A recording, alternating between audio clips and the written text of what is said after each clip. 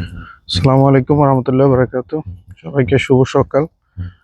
বাংলাদেশ সহ দেশ বিদেশে যে যেখান থেকে দেখতেছেন, আশা করি সবাই ভালো আছেন।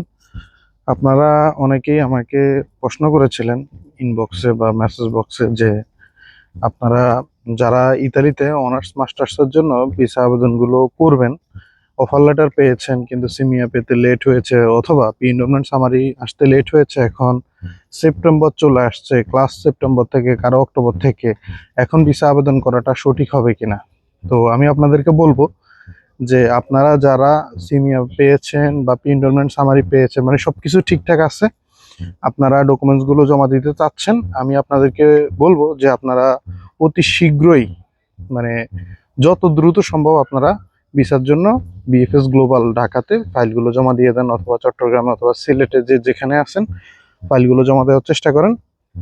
মনে রাখবেন, ভিসা দেওয়ার ব্যাপারটা সম্পূর্ণ হচ্ছে ভিসা অফিসারের, এবং বিএফএস গ্লোবালের এখানে কিছু করে নাই। বিএফএস গ্লোবাল আপনাদের ফাইলগুলো নিবে, ভিসা আবেদনগুলো তারা রিসিভ করে তারা এম্বাসি অফ ইতালিতে পাঠাবে।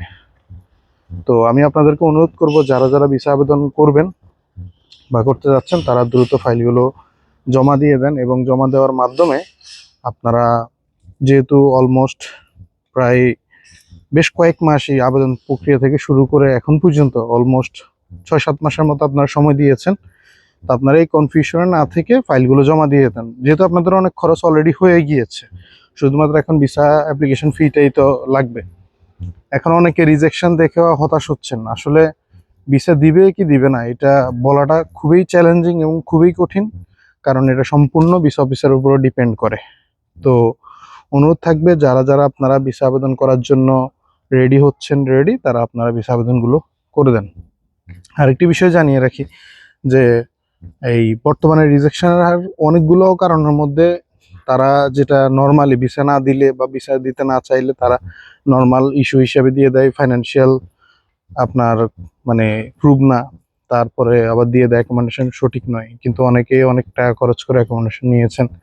আপনারা যারা এরকম রিজেকশন হয়েছেন, আপনারা চাইলে রিঅ্যাপিলটাও করতে পারেন। তো রিঅ্যাপিল নিয়ে বা রিঅ্যাপ্লিকেশন নিয়ে আমি পরবর্তী ভিডিও আবার বানাবো। সবাই ভালো থাকুন, সুস্থ থাকুন। আসসালামু আলাইকুম।